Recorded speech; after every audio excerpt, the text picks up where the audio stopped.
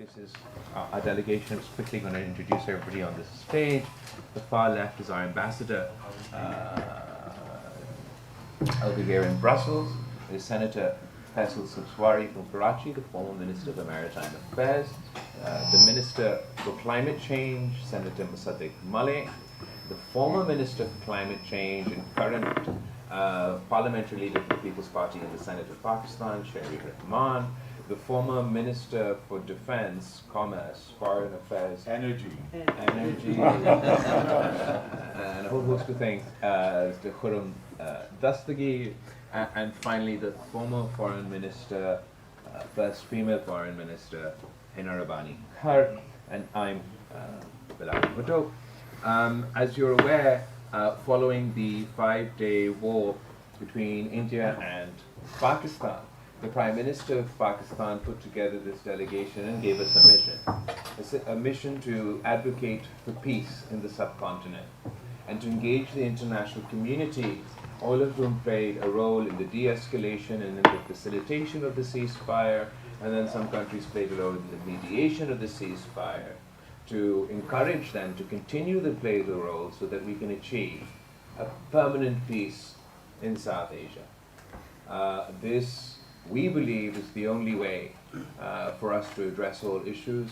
There's no military solution to the issue of Kashmir. There's no military solution to the issue of terrorism. There's no military solution to any of the problems that India and Pakistan have faced historically.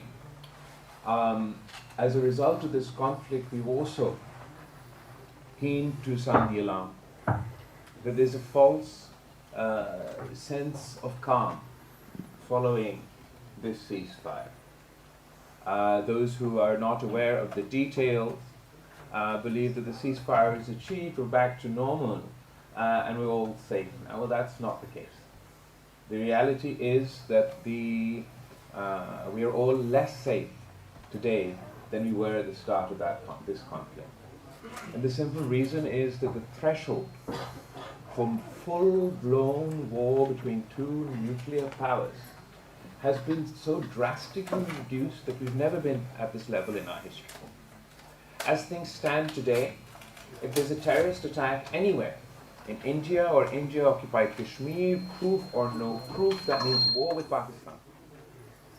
In that situation, when we've just seen how quickly the escalation ladder rose just in 5 days, and at the conclusion of these 5 days, one of the final acts that India perpetrated was firing a BrahMos dual-use nuclear-capable missile into Pakistan.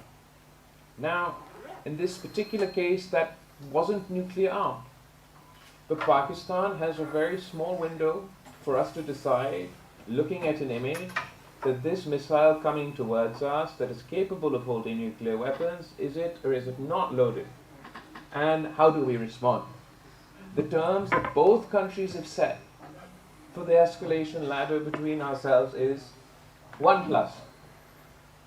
So whatever attack one side does to the other responds by +1. In a circumstance where the threshold of conflict has been so drastically lowered that any indigenous act of terrorism also would mean war with Pakistan. In a circumstance where the escalation ladder has so significantly increased, and just within the space of 5 days, what we're concerned about is that next time round the escalation ladder won't start from zero, it'll start from where we left off, and there may not be time for the international community to intervene and encourage a ceasefire. Finally, the weaponization of water.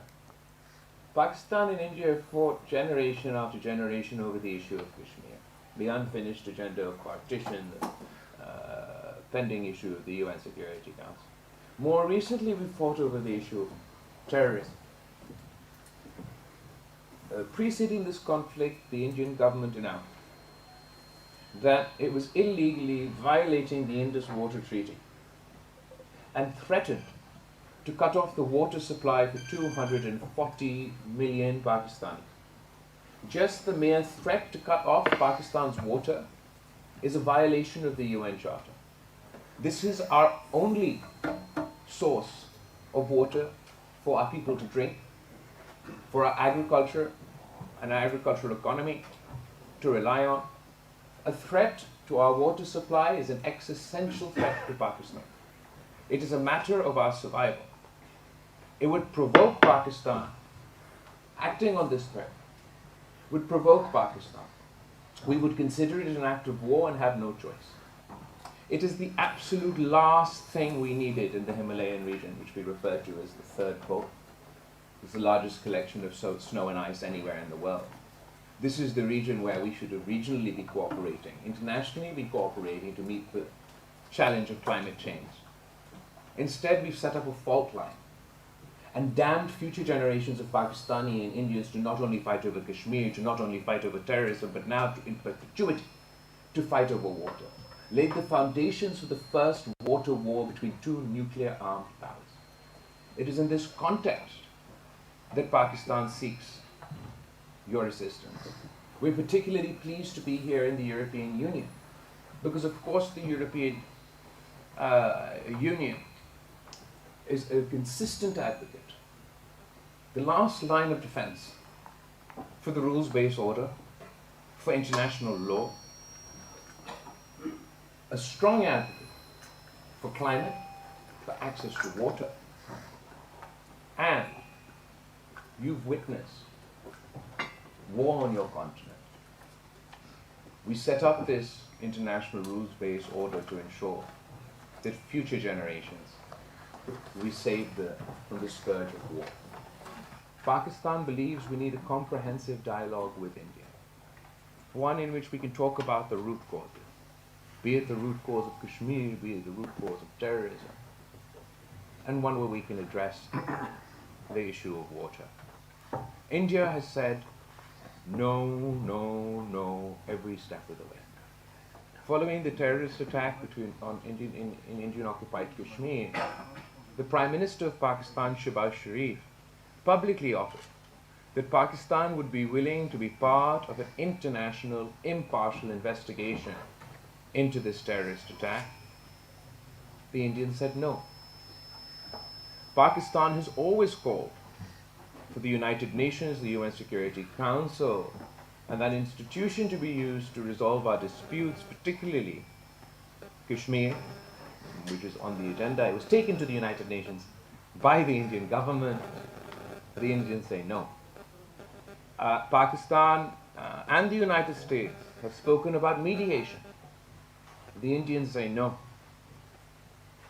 Pakistan has talked about bilateral comprehensive dialogue. The Indians say no. If we are to live in a world where we have reduced the threshold for conflict as drastically as we have, where we've increased the pace at which we rise on the escalation ladder in the manner that we have had, and if we are to be the only two nuclear states without any dispute resolution mechanism, the last dispute resolution mechanism we had is the Indus Water Treaty, and India says no to that too. I put it to you, it is not in the interest of the people of Pakistan, and indeed it is not in the interest of India, and it is not in the interest of the international community for us to maintain this status quo. There is a moral obligation for all international players to play their part, to encourage both sides to engage in a dialogue, to advance diplomacy. Diplomacy in the pursuit of peace should not be partisan. It should not be a partisan issue. The weaponization of water should not be a partisan issue. Peace cannot be a partisan issue. I look forward to answering all your questions. If you have a specific question for any member of my delegation, please refer to them. Otherwise, I'd be happy to respond. Thank you, Excellency.